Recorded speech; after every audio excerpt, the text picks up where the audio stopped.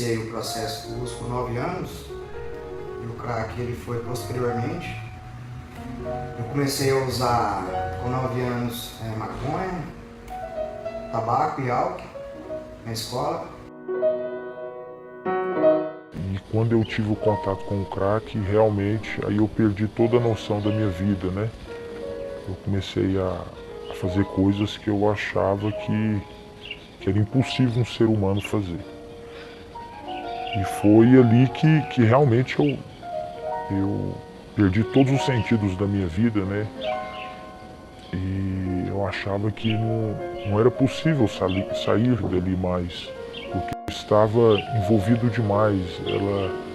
Eu vivia para usar e usava para viver. Ela tomou conta mesmo da minha vida, o crack.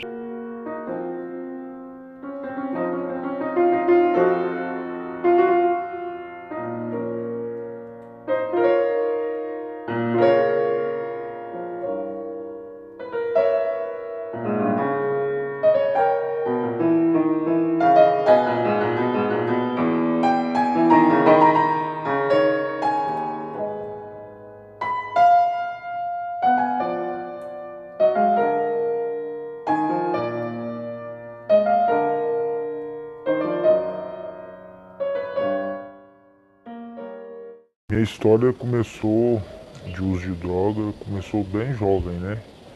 Quando eu tinha por volta de 7, 8 anos, eu já tomava bebida alcoólica, né? Nas festas dos meus familiares. Eu já começava ali, né? Ter meu primeiro contato com as drogas lícitas. E eu achava muito bom aquilo, né? Ficar aquele estado de embriaguez, né?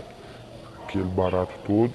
Aí com o tempo, quando eu tinha por volta de 12 anos, eu tive o meu primeiro contato com a droga ilícita, que foi a maconha. E eu sou um cara que tive tudo na vida. Se for olhar por esse lado, se fosse me dar melhores condições, eu não usaria drogas. Para quem às vezes não tem uma condição, é conversa, porque eu tive tudo, né? Eu tive os melhores colégios particulares, eu tive as melhores oportunidades de desenvolver algum tipo de profissão, de entrar em qualquer faculdade que eu quisesse, tanto na parte aquisitiva como na parte intelectual. E eu optei por vivenciar, né, essa adicção, não porque era uma escolha, mas eu fui levado, né? E quando eu vi, já virou uma bola de neve, virou um rolo compressor. Eu tinha condições de desenvolver, né, o uso de outras substâncias, né? Então, especificamente eu fui no crack, por quê? Né? Porque o crack é uma substância dominadora, né? O efeito dele é muito sagaz, né?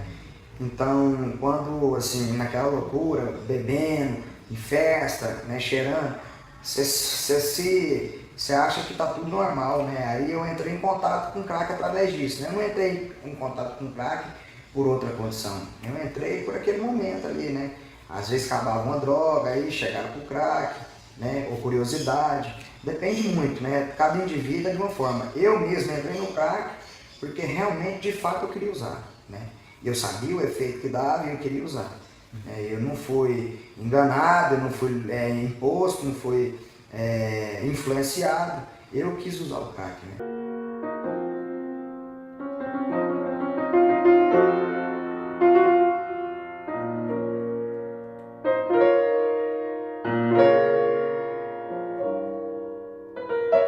É corriqueiro você, no curso das investigações, perceber que mesmo o crack sendo uma droga mais barata, com a menor concentração da matéria-prima da droga, ela é comum também em todas as classes sociais. Recentemente houve uma operação aqui na DENARC que foi focada em um distribuidor que residia em um bairro de alto padrão e que distribuía droga, tanto cocaína quanto crack, para pessoas também de alto poder aquisitivo, principalmente em academias e em setores nobres, né? E, inclusive, um dos dependentes usuários, clientes desse traficante, foi identificado e foi contra ele lavrado um termo circunstanciado de ocorrência.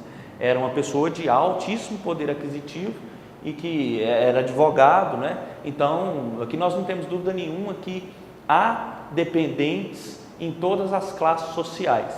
Agora, é mais corriqueiro que as pessoas que têm uma situação financeira melhor usem cocaína do que crack, mas também usam o crack.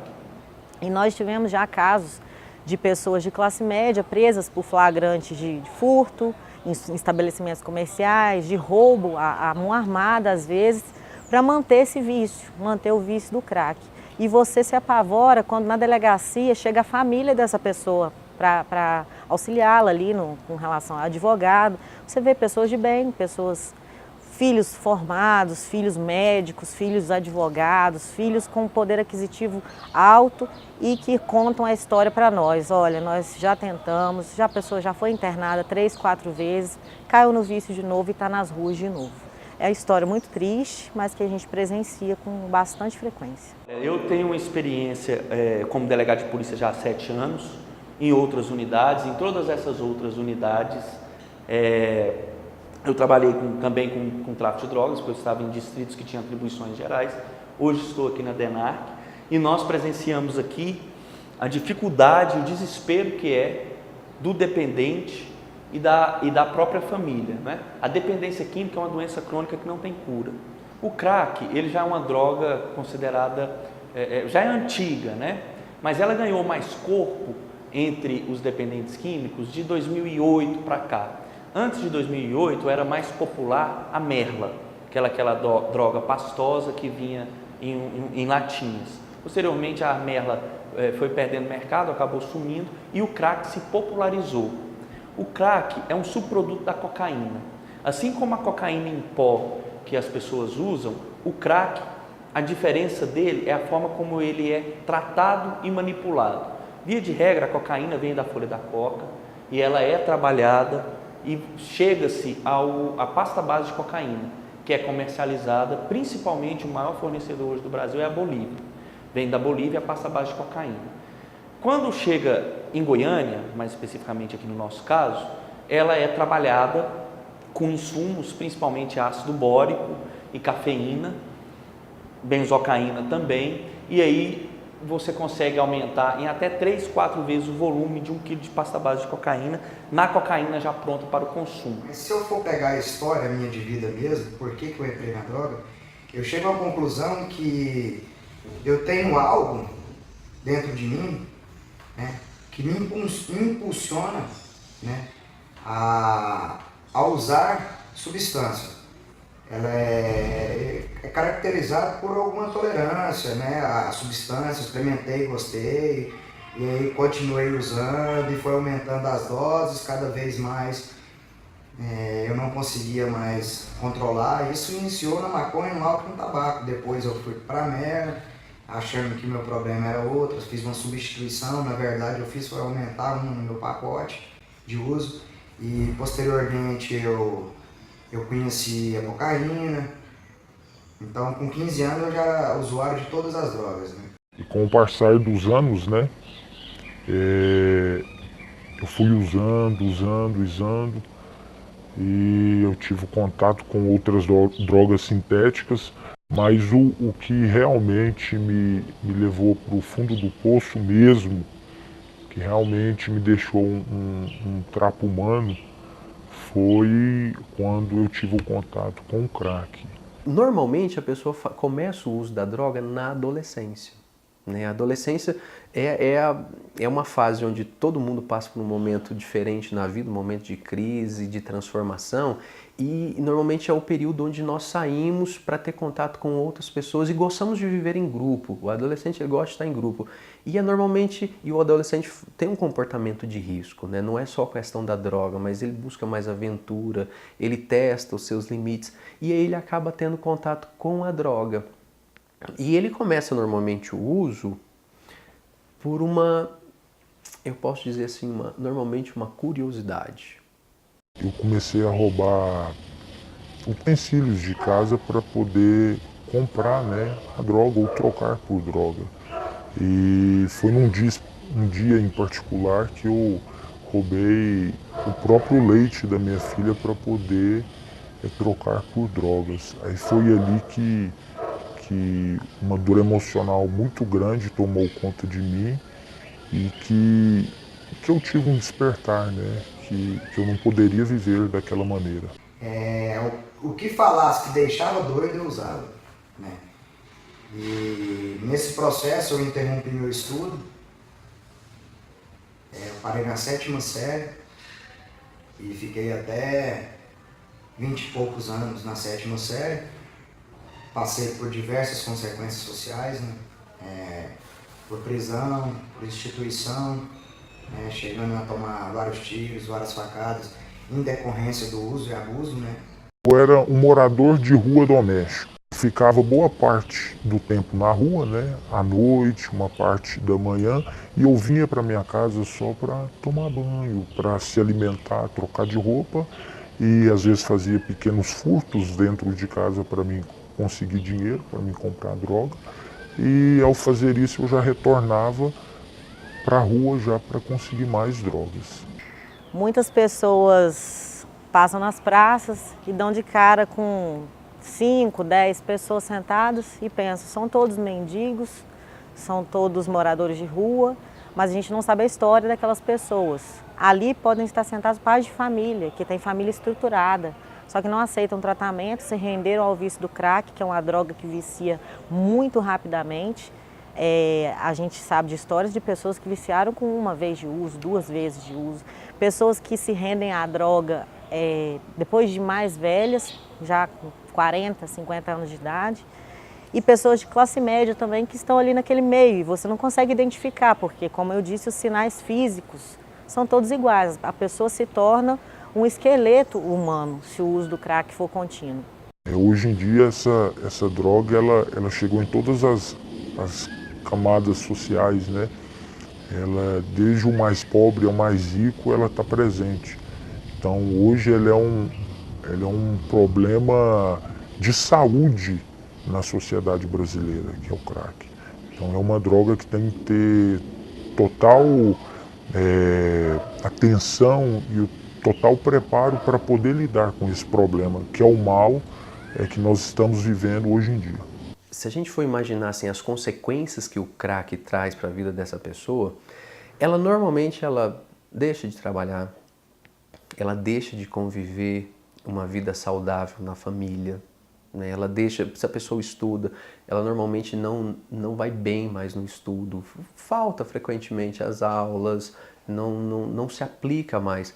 Normalmente as atividades sociais dela, ela deixa de ter um comprometimento e passa a fazer um compromisso maior com o uso, com a droga, né? Então ela acaba tendo muito mais tempo investido no uso e em obter a droga para o uso do que propriamente com as outras áreas da vida dela.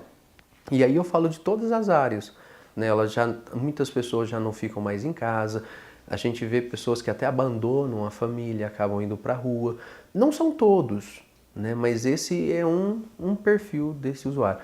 As pessoas de classe média alta ou de classe média, né, o que levam elas a fazer uso do crack, também é o mesmo fator do que levam as outras pessoas. A diferença é que as pesquisas já revelam que normalmente as pessoas com uma condição financeira e cultural menor, normalmente elas têm mais acesso a esse tipo de droga. Mas não quer dizer que a classe média, que as pessoas de classe média não tenham acesso a esse tipo de droga. Então elas vão para as festas, elas vão para os lugares onde tem outros amigos, porque normalmente essas pessoas elas têm amigos com poder aquisitivo maior, como poder aquisitivo menor. E eu não estou dizendo que é o que tem o menor que oferece a droga. De repente pode ser até uma pessoa rica, né, que acaba oferecendo. Como a família normalmente é um núcleo, é uma comunidade e que normalmente nos relacionamentos pode provocar ou não um bem-estar, se a família ela provoca um mal-estar para essa pessoa, normalmente ela não é um fator tão protetor, porque essa pessoa vive mais insatisfação, pode viver mais insatisfação, crises na família, brigas. Então normalmente isso desencadeia raiva, isso desencadeia frustração, isso desencadeia você ficar chateado com o outro, com raiva, e aí normalmente a pessoa que é usuário, ele vai buscar a droga para para dar uma aliviada nisso. Não vou nem dizer que é para saciar um vazio, não, mas, poxa, em casa não está legal, eu vou para onde? A família, no meu caso, foi um fator de proteção, mas também pode ter sido um fator de risco. Porque hoje eu identifico que a maior parte das desavenças foi por falta de aceitação minha da minha real condição, da minha realidade, né? Eu não posso hoje mais culpar as pessoas, né, os lugares e as coisas pelos meu uso de substância. Hoje eu tenho uma consciência plena que eu sou interinamente responsável pelo meu uso de substâncias. Eu já nasci com uma doença, né, que é adicção. Eu sou compulsivo e obsessivo. E eu fui cada vez mais procurando o uso obsessivo da droga. E fui eu que fui o princípio disso tudo partiu de mim. Mas o meio propiciou isso, né? O meio que eu vivi, mas não os meus familiares. Eu tenho bons exemplos, né? Minha mãe, meu pai, minhas irmãs sempre foram pessoas que nunca teve contato com droga ilícita. Isso partiu de mim, né? Da minha inabilidade como ser humano, da minha falta de autoaceitação. Porque, na verdade, eu sou um doente emocional e minha fuga foi às drogas. Então foi isso que me levou a usar.